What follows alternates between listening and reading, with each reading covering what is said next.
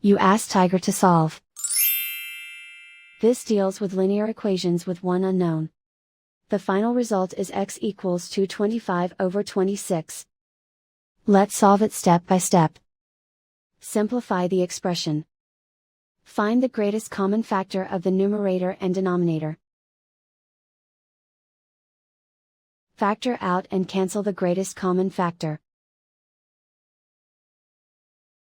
Swap sides. Isolate the x. Multiply both sides by 750. Group like terms. Multiply the coefficients. Simplify the fraction. Multiply the fractions. Simplify the arithmetic. And so the final result is x equals 225/26.